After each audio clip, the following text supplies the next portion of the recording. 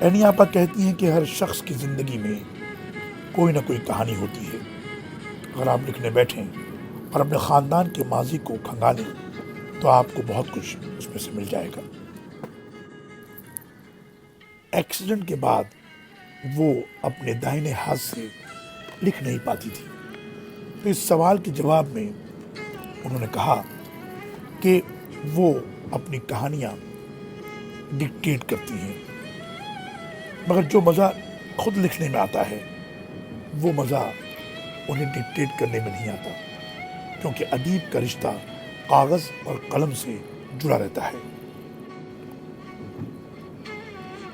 اپنی ناول کار جہاں دراز ہے کے تعلق سے وہ کہتی ہیں کہ یہ بھانمتی کا پٹارا ہے.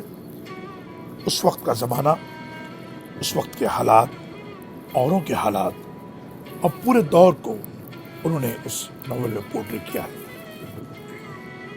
ان کا یہ بھی کہنا ہے کہ اس ناول میں سن 60 تک کے حالات قلم بند کیے گئے ہیں، اس کے بعد کے لکھنا باقی ہیں. ناول کار جہاں دراز ہے کا عنوان انہوں نے اقبال کے اس شعر سے لیا ہے: باغ بہشت سے مجھے حکم سفر دیا تھا کیوں، کار جہاں دراز ہے اب میرا انتظار کر.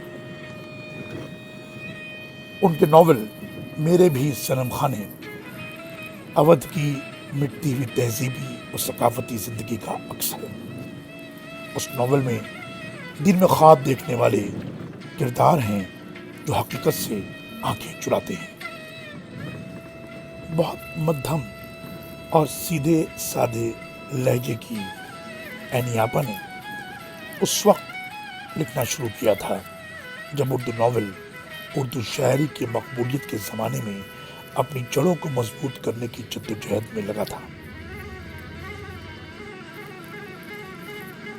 ناول آگ کا دریا سے شہرت پانے والی اینی آپا 1964 سے 1968 تک انگریزی میگزین امپرنٹ کی مینیجنگ ایڈیٹر رہی اور 1968 سے 1975 تک السٹریٹڈ ویکلی آف انڈیا کے ایڈیٹوریل سٹاف میں رہی. ڈیلی ٹیلی گراف میں فیشن پر کالم لکھتی رہی، لیکن اخباری کمٹمنٹس کے بعد بھی ان کی شارٹ سٹوریز پرنٹ ہونے کا سلسلہ جاری رہا. وہ ناولز میں بھی کام کرتی رہیں اور دیگر زبانوں سے بھی اردو میں ٹرانسلیشن کرتی رہیں. کئی کتابوں کی خالق اینی آپا گیسٹ لیکچر رہیں کیلیفورنیا، شکاگو اور ایریزونا میں.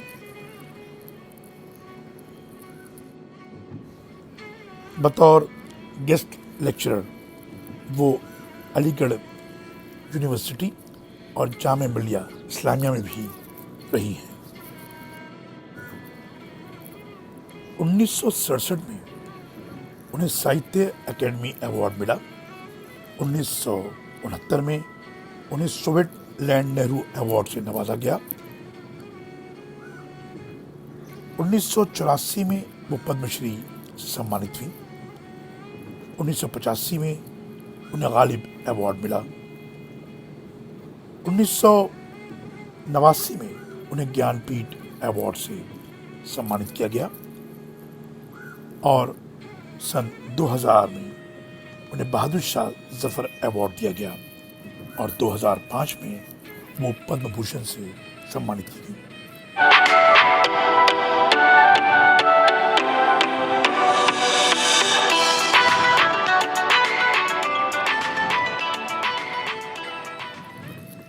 امید ہے ہمیشہ کی طرح آپ کو ہمارا یہ ایپیسوڈ بھی پسند آیا ہوگا.